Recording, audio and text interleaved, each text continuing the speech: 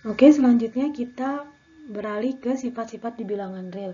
Sifat pertama adalah sifat aljabar di bilangan real. Sebelum itu, kenapa disebut sifat aljabar?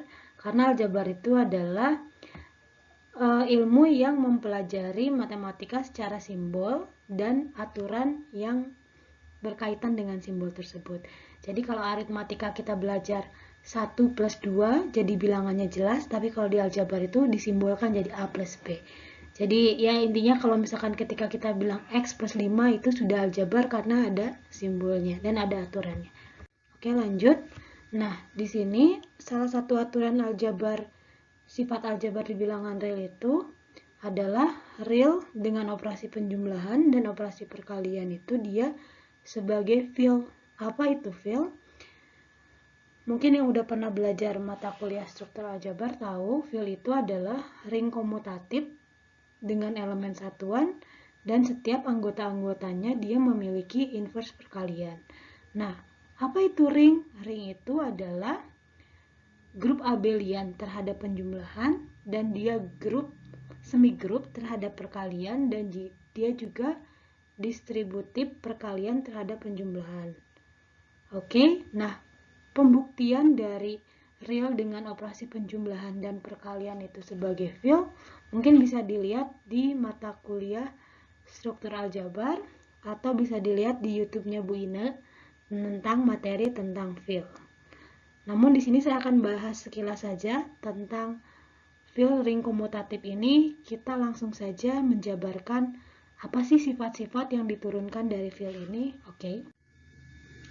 Nah, tadi dikatakan bahwa bilangan real dengan operasi penjumlahan adalah grup abelian. Nah, dari grup ini, real dengan operasi penjumlahan itu grup, maka dia memenuhi sifat-sifat dari grup.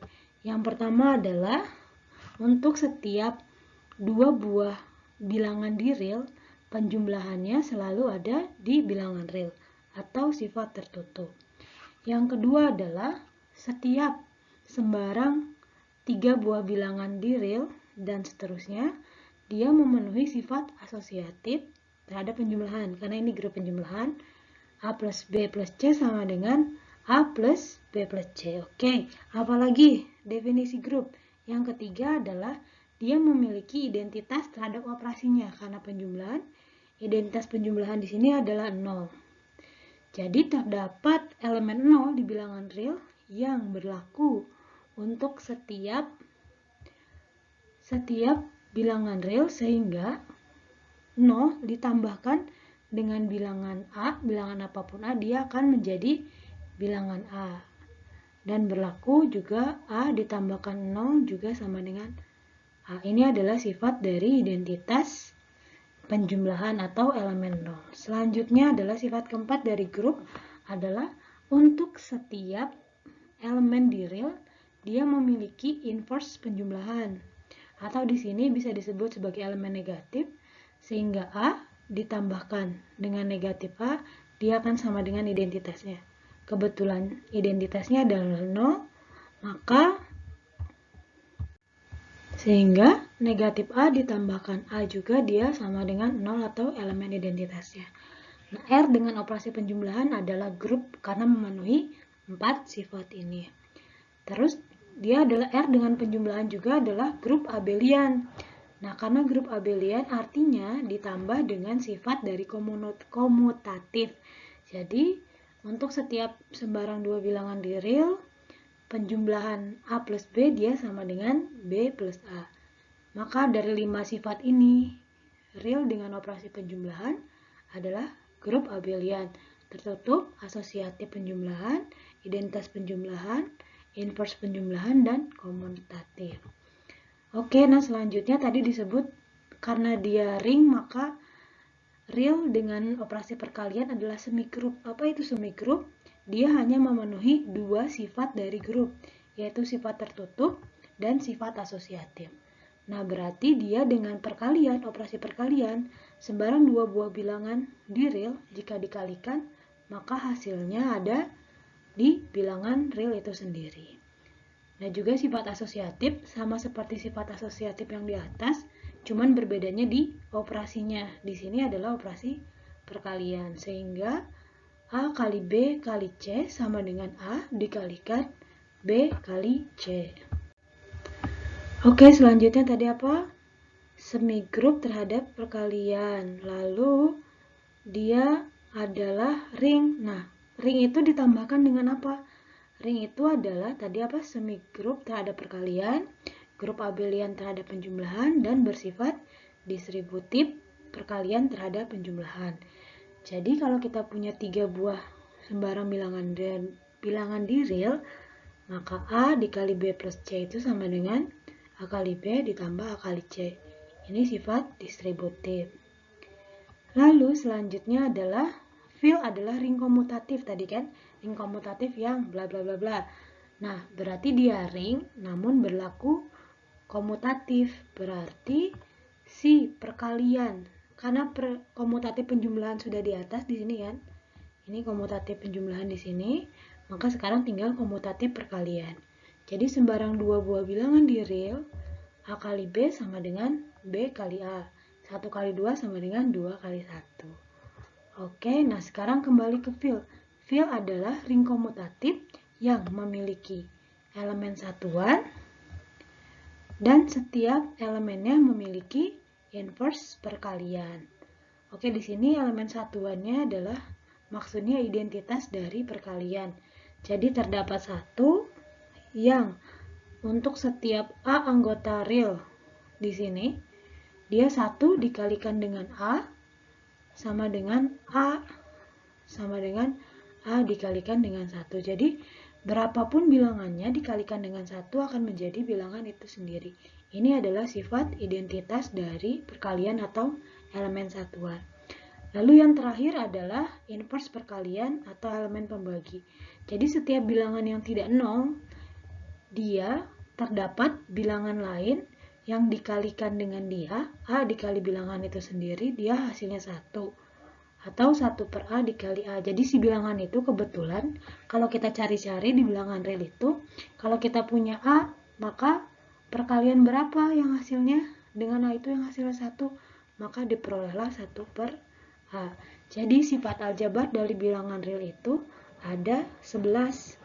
Tertutup perkalian, tertutup penjumlahan, asosiatif perkalian, asosiatif penjumlahan, identitas perkalian, identitas penjumlahan, inverse perkalian, inverse penjumlahan, ditambah sifat distributif dan komutatif perkalian dan penjumlahan.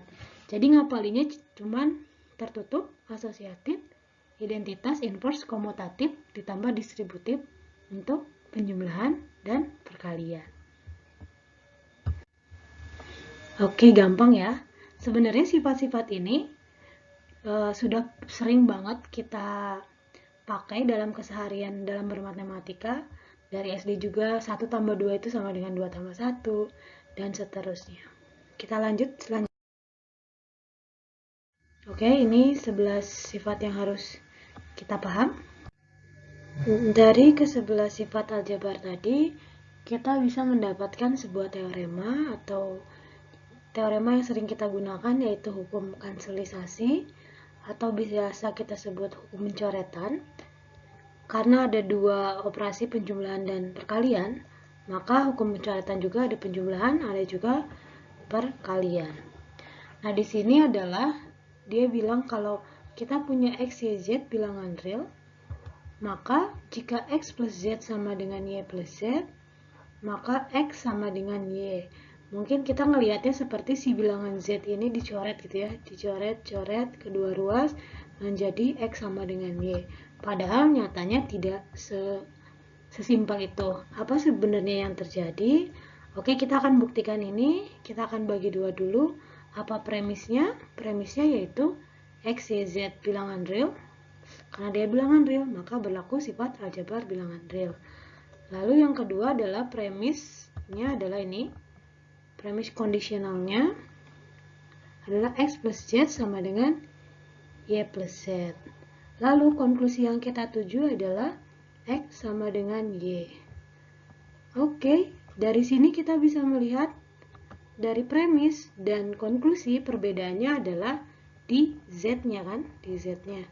Nah, apa yang bisa kita lakukan dengan Z ini agar menjadi X sama dengan Y, yaitu kita bisa menambahkan kedua ruas dengan negatif Z agar Z plus negatif Z menjadi 0.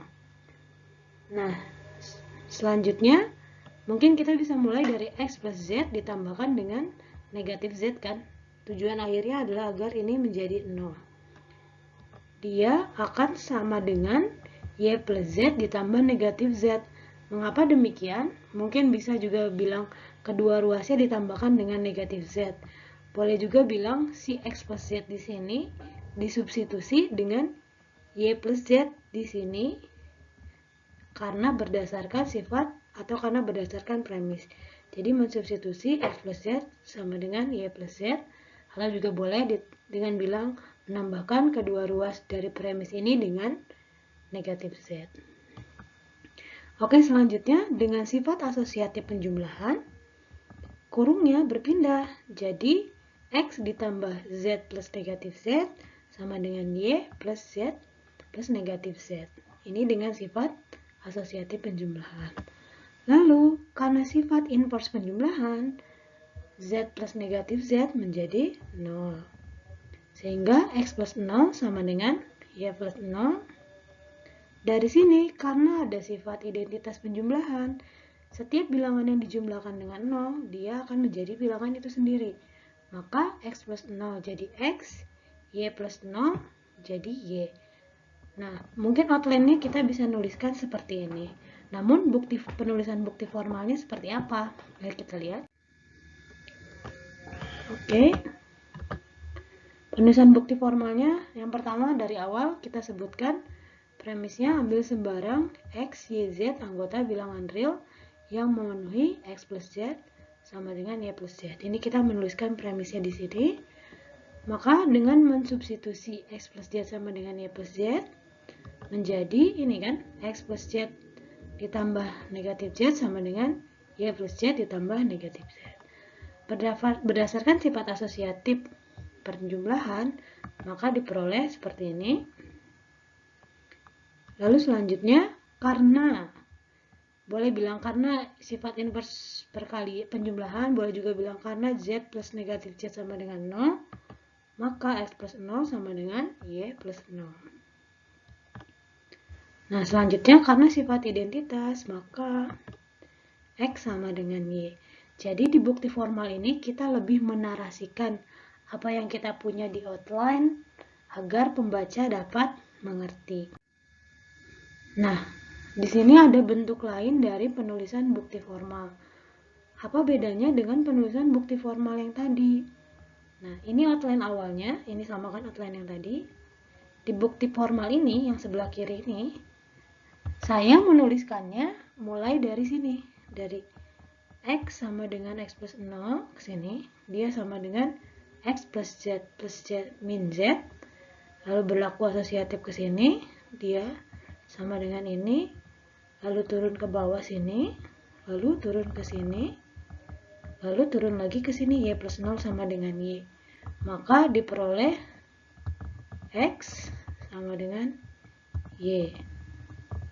Nah, mengapa berbeda dengan yang tadi? Apakah sama saja, apakah tidak?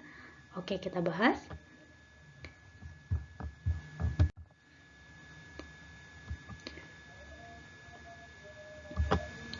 Nah, penulisan bukti itu tidak ada yang mutlak. Jadi, pertimbangan pertama yang harus dilakukan ketika menuliskan sebuah bukti formal adalah siapa pembacanya dan kira-kira apakah pembacanya akan paham atau tidak dengan apa yang kita tuliskan, seperti itu. Jadi, ketika misalkan kita menuliskan seperti ini, kita akan bilang, apakah pembacanya mengerti? Ketika menuliskan seperti tadi, apakah pembacanya mengerti? Oke, targetnya adalah pembaca paham dengan pembuktian kita. Dan dua orang yang membuktikan bisa jadi pembuktiannya berbeda. Penulisan menarasikannya juga berbeda. Nah, karena dalam subbab ini, kita sedang membahas sifat-sifat aljabar, maka di sini saya mengasumsikan bahwa pembaca atau audiens saya kali ini adalah belum paham tentang sifat aljabar, sehingga pembuktian yang tadi pembuktian yang tadi dianggap lebih clear bagi pembaca karena dijelaskan step by stepnya dan sifat apa yang digunakan. Tetapi bagi pembaca yang belum paham sifat seperti ini, kenapa X plus 0 sama dengan X plus Z plus min Z gitu misalkan. Kalau misalkan pembacanya belum paham, maka step by step yang tadi lebih readable, lebih mudah dibaca daripada dengan yang ini. Namun, ketika misalkan setelah ini kita telah melampaui bab ini atau subbab ini, pembaca dianggap sudah paham dengan sifat-sifat aljabar ini, maka penulisan bukti seperti ini dianggap lebih efisien daripada penulisan bukti yang tadi. Jadi kedua bukti ini tidak ada yang salah, tidak ada yang benar, digunakan tergantung pembacanya. Jika pembacanya dianggap belum paham, maka yang tadi lebih enak dibaca. Tapi jika pembacanya dianggap paham, yang tadi dianggap tidak efisien, seperti itu. Jadi tergantung kalian bagaimana menarasikan sebuah bukti. Jadi kalian punya outline, tinggal dinarasi. Teorema-teorema lainnya dari sifat aljabar bilangan real. Yang pertama adalah ini, kanselisasi perkalian. Tadi kan kanselisasi penjumlahan, ini kanselisasi perkalian. Jadi jika ada sembarang 3 buah bilangan real, kalau kita punya xz sama dengan yz dan z-nya bukan bilangan 0, maka x-nya sama dengan y. Lalu selanjutnya ada kalau kita punya z plus a sama dengan a, maka z-nya sama dengan 0. Ini adalah mengacu pada identitas penjumlahan tadi, bilangan yang ditambahkan dengan sesuatu atau yaitu dirinya sendiri, maka dia adalah 0. Tapi di sini silakan dibuktikan apakah dia benar-benar 0 atau tidak. Selanjutnya adalah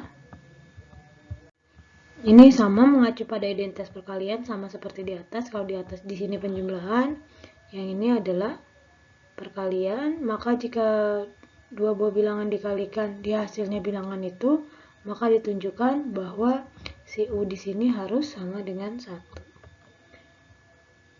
Ini juga sama, tapi dia perkalian terhadap 0. Kalau misalkan kita harus menunjukkan bahwa setiap bilangan real itu dikalikan 0, maka hasilnya adalah 0.